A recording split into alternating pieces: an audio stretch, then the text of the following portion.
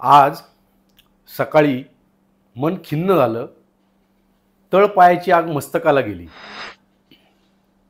या सरकारने आपले जीव तर घ्यायचं ठरवलेलंच आहे, आता तर आपल्या पोटावर पण लात मारायचं ठरवलेलं आहे।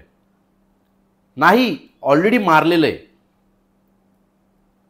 मर्डर तर हे करतच आहेत, ज्याला मी प्रशासकीय मर्डर म्हणतो।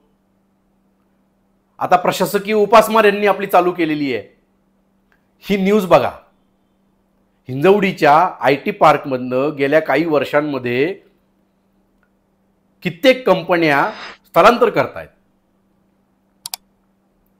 याला जबाबदार कोण आहे? या सरकारांनी त्यांना योग्य ती पायाभूत सुविधा न दिल्यामुळे ते स्थलांतर होत आहेत। आज कुठलंही नियोजनाअभावी फक्त विकास करायचा आणि त्या विकासाचं श्रेय लाटण्यासाठी पाहिजे तेवढी ॲडव्हर्टाइजमेंट करायची, आणि ह्या सगळ्यातनं मिळतंय काय आम्हाला? भोपळा। लाज कशी वाटत नाही या सरकारला? हे सर्वच्या सर्व लोकप्रतिनिधी 5 वर्ष असं वागतात जसं काय हे कुठल्या तरी देशात फिरायला गेलेत।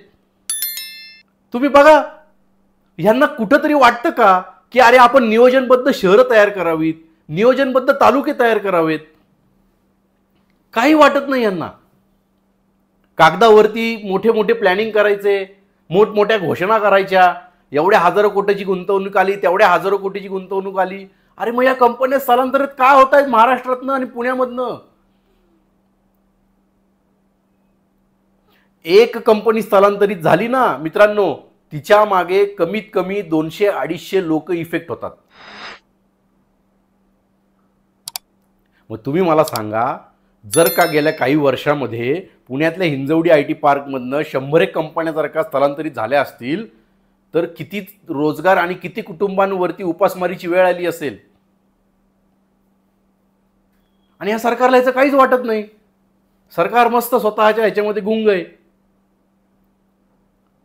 स्वतःचे धनिक मित्रांच्या पोरांना आणि धनिक मित्रांना कसं वाचवता येईल गुन्ह्यामधनं, त्यांनी केलेल्या गैरव्यवहारातनं त्यांच्याकडनं इलेक्ट्रॉल बॉन्ड घेऊन त्यांचे अनियमित व्यवहार कसे नियमित करता येतील, ह्याच्यामध्ये सरकार गुंगलेलं आहे। पण ह्यांना तुमच्या माझ्यासाठी काही वाटत नाहीये, आणि यासाठीच लोकसंघर्षाचा जन्म झालेला आहे। आम्ही गेली वर्षभर हाच मुद्दा सातत्याने मांडतोय की अरे शहरांची जी दुरावस्था होत चाललेली आहे या ओव्हर डेव्हलपमेंटमुळे याला कुठेतरी आळा घातला पाहिजे। आणि हे जर का या लोकप्रतिनिधींना आणि या बसलेल्या सरकारांना कळत नसेल तर ती जबाबदारी आता आपली आहे, कारण आपल्या येणाऱ्या पिढीचं भवितव्य हे पूर्णतः अंधारात आहे। हे आपल्याला गेल्या आठवड्यात 15 दिवसात कळलंच असेल। मग तुम्ही आणि मी जर का उठलो नाही, आपण जर का आवाज उठवला नाही, या व्यवस्थेमध्ये गेलो नाही, तर मग हे बदलवणार कोण? कारण ही जी काही धेंड आहेत आणि भारतातली काही घराणी आहेत जी गेली 40-50 वर्ष त्या सत्तेमध्ये स्वतःला जमून बसलेली आहेत, त्यांना आपल्याबद्दल काही घेणं देणं नाहीये मित्रांनो। त्यांना माझं सीट निघालं ना, मी आमदार झालो, मी खासदार झालो, बस मला काय करायचं बाकीचं?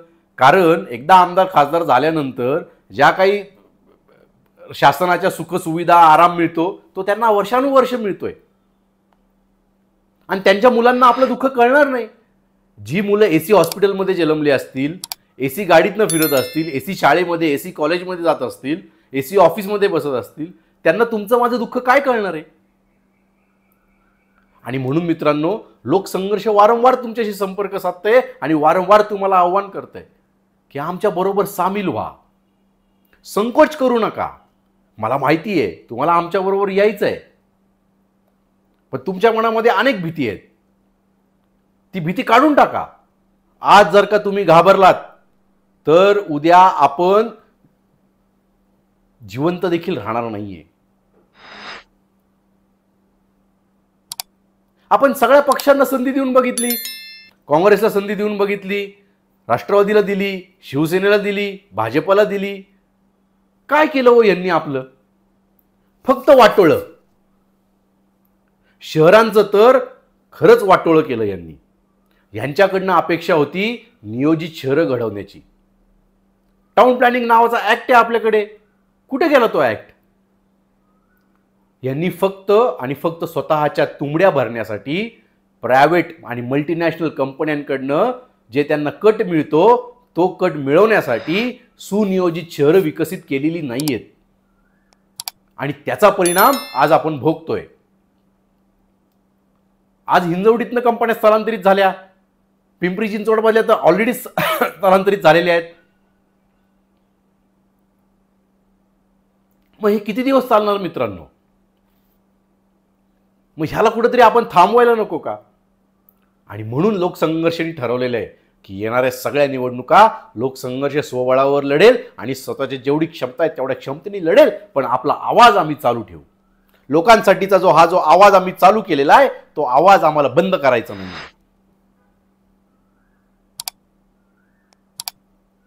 भले आज विजय मिळणार नाही, पण आमचा आवाज आहे, ह्या सर्वसामान्याचा आवाज आहे, ह्या टॅक्स पेअरचा आवाज आहे, हे सरकारला कळू दे. इथून पुढे हे महाराष्ट्र हे खपून घेणार नाही.